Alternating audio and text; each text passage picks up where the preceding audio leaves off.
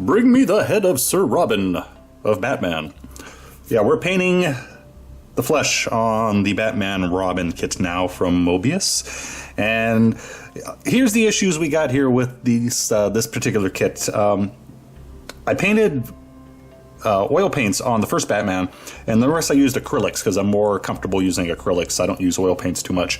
However, we have a problem with this kit because there's just so much dang flesh on it, and trying to do all these very smooth areas with acrylics and get it to match all the different limbs would be very difficult. So going back to oil paints, and I'm trying to come up with a simple, very simple mix that I can easily recreate on all the different limbs.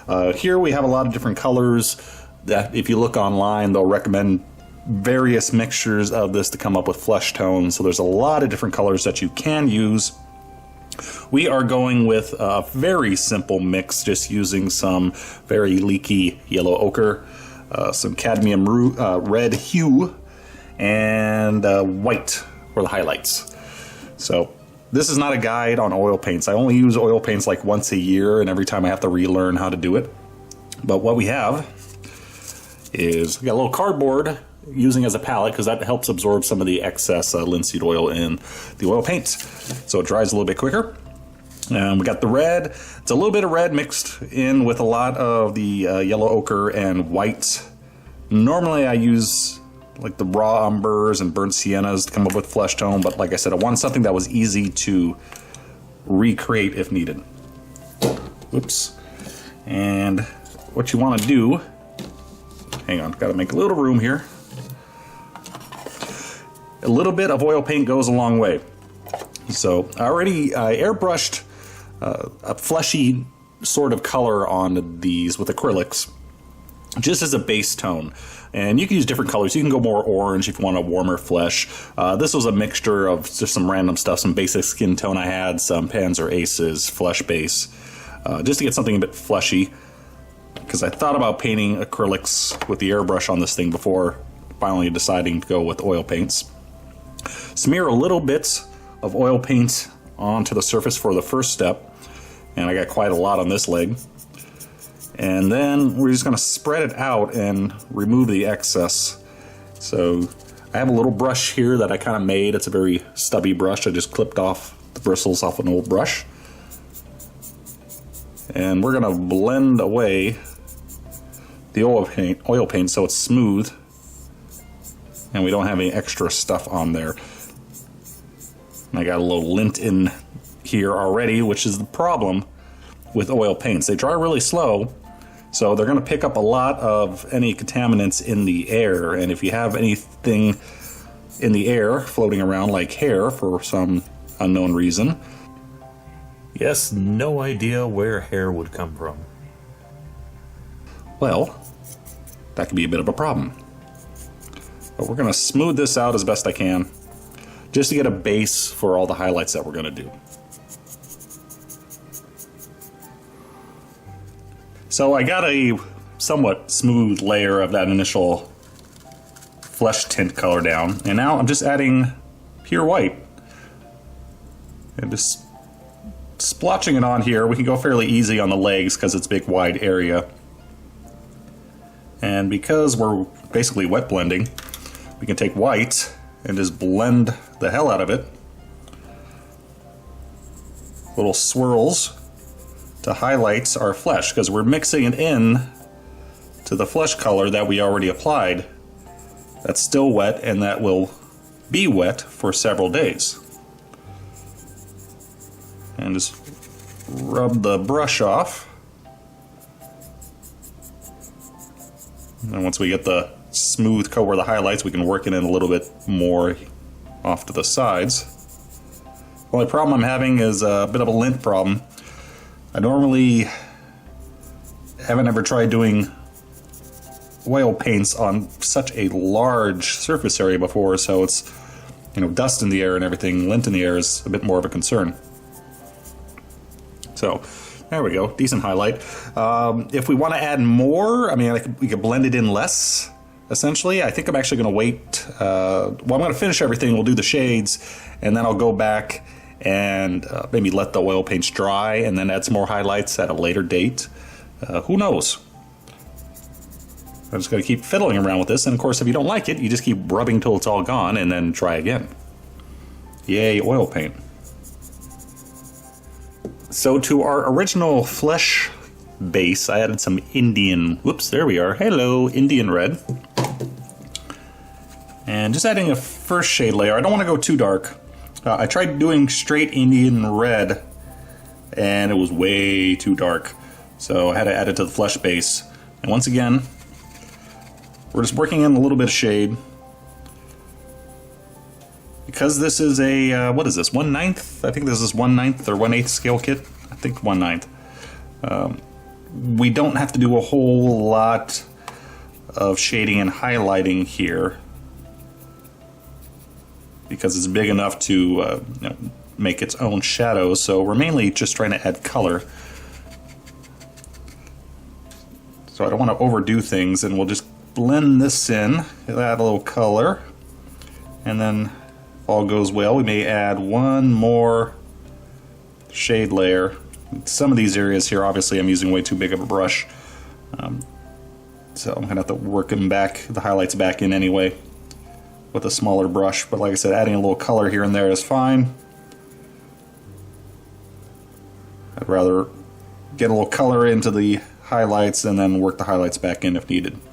So, see, we got a little shade going on there. Not bad. Still really hard to see with the hole in the head.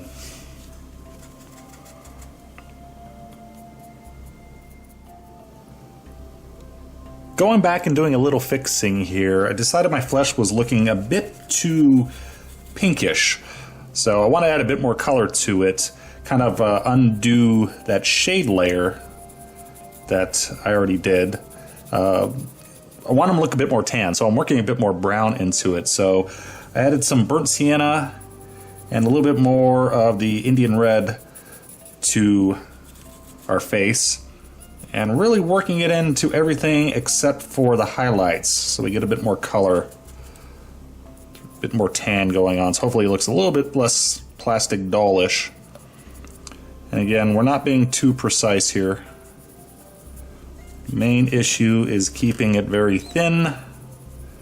This is also why it's important that you, when you put down your acrylic base coat, that it's completely cured, because if you do this for too long over soft paint, we're eventually we run the risk of scrubbing through, which would be very, very bad. So that's a little bit more color into the face right there. That's looking a lot better. So now I just got to do this to all the other parts. So finally, for our last shade, and not doing a whole bunch of this. Again, as I said, it's a larger scale. We don't have to add as much highlight and shadows as we do on a 28mm. I've added some, what did we add here? A burnt umber. I can't remember if I said the correct thing last time. I added burnt sienna to the flesh mix before. And just in case you're curious, what I have on the brush here, this small amount, is enough to do the entire kit. So obviously I wasted a whole lot of oil paint here that I didn't actually need. Again, this stuff goes a very, very long way. And I just put some in the recesses here and just working it into the recesses this way to spread it out. Now once I get this little bit of shade here, we're just going to add a few of the areas like this, the fold.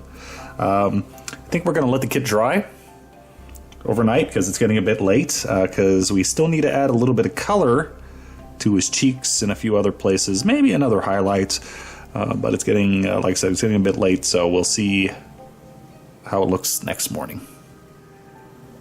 So it's been about 2 days, and the oil paint is pretty much dry, and I was going to do a little bit more work on it, and it is looking a little bit too, he's looking a bit too orangish, a little too pink.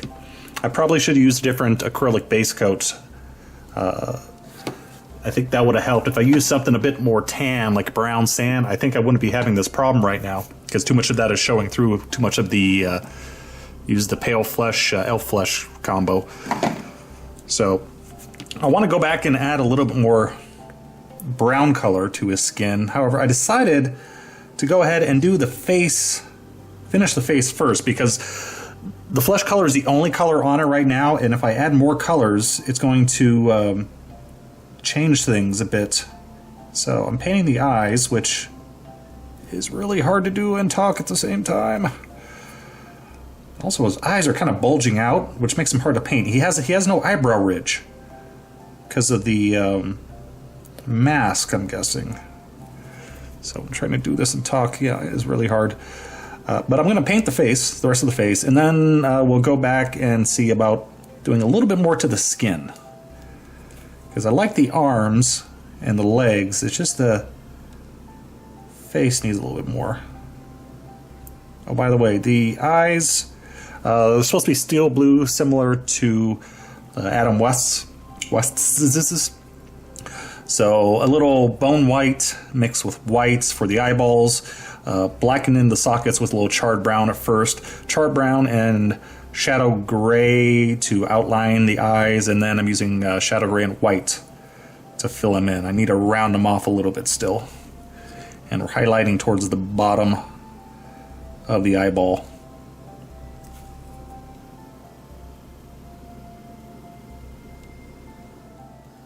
Haha! Now he's looking a lot better, especially with the mask. Obviously I didn't attach the mask yet because I need to paint the eyes. That is going to prove a problem when we do the mask because we have this little area we have to fill, so we're going to paint the mask, fill that area, and then repaint the mask. Little epoxy putty in there. Should be fine.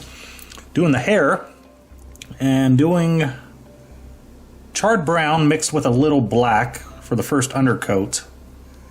And now I'm doing charred brown, just leaving the previous layer here and there. So, for the most part, trying to use the side of the brush so we leave it in the recesses a little bit. And one way to get fairly realistic hair is, I already did a little bit of it, but if you can see here, trying to do the lines of the hair, we do that by painting this way. I'm not going to do it on camera because I don't want to shake while I'm talking, but do fine little lines rather than having a straight line going down that way.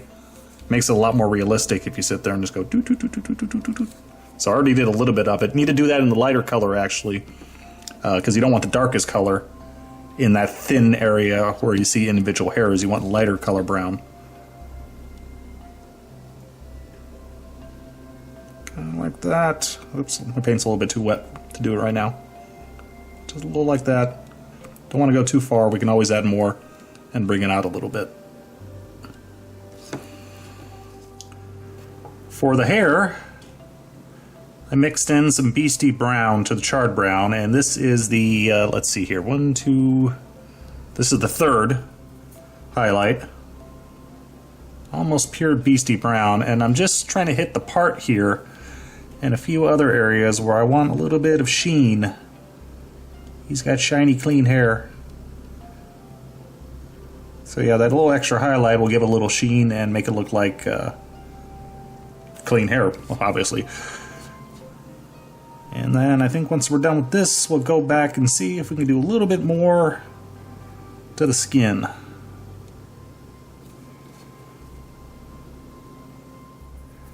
So back to the oil paints, still adding a little bit of color to the face here. Right now I have some, I forget what they call it, but it's the MIG oil paint.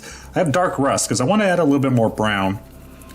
And I'm going to add a little bit, maybe add a little bit of blue to the shadow areas, few that they are. But again, I'm just trying to brown up the skin a little bit. And since the oil paint previously is completely dry, this isn't really blending in. I'm more of blotching on the surface. It's not blending in as well as it did when it was wet. So what I'm doing actually, I have just the smallest amount of paint on here, by the way. But putting it in, then using a Q-tip, trying to wash it off a bit, and this is working pretty decently. So it's kind of, you know, it's kind of like a wash we're doing here. One of my enamel washes. So I'm going to play around with this a little bit and then we'll see where we go from there, because just that little small amount that I did right there, I think adds a lot to the face. Still need to add a little bit of color to the cheeks. So we are looking pretty good here, adding a little bit of red as my dark cadmium hue, I believe, to the cheeks. Really add some life to the face. You know, on camera he's looking more like McCoy right now from Star Trek. That big hole in the head, still not helping. And I added a little bit of red to the ears, give them a little warmth. I did add a little blue to the shade here. Not much, didn't really seem to do a whole lot. I think I was better off going with the brown.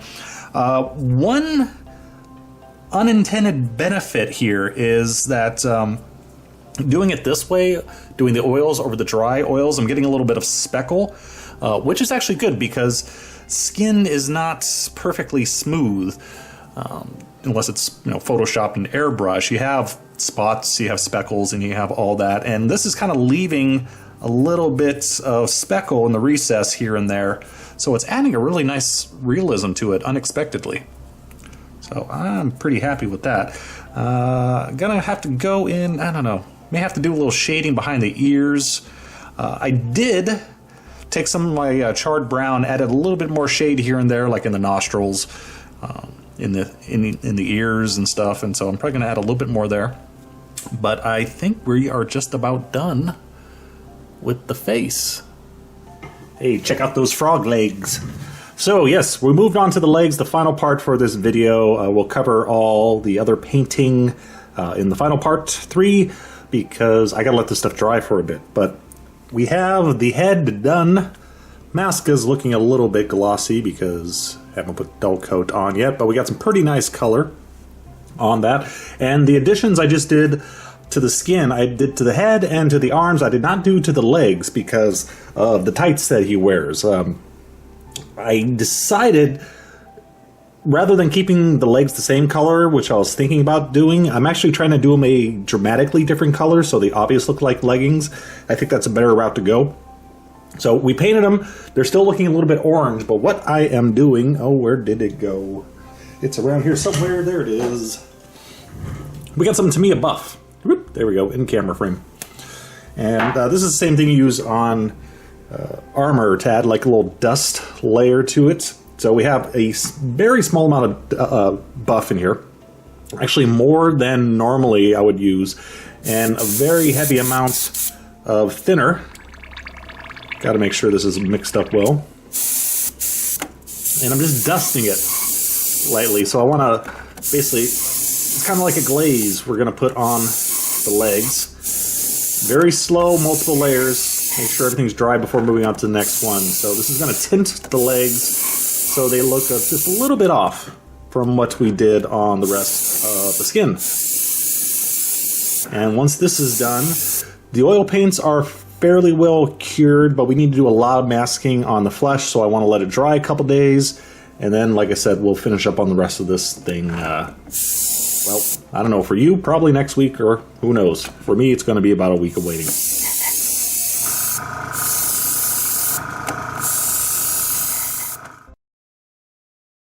When we return to our planet, the High Court may well sentence you to torture.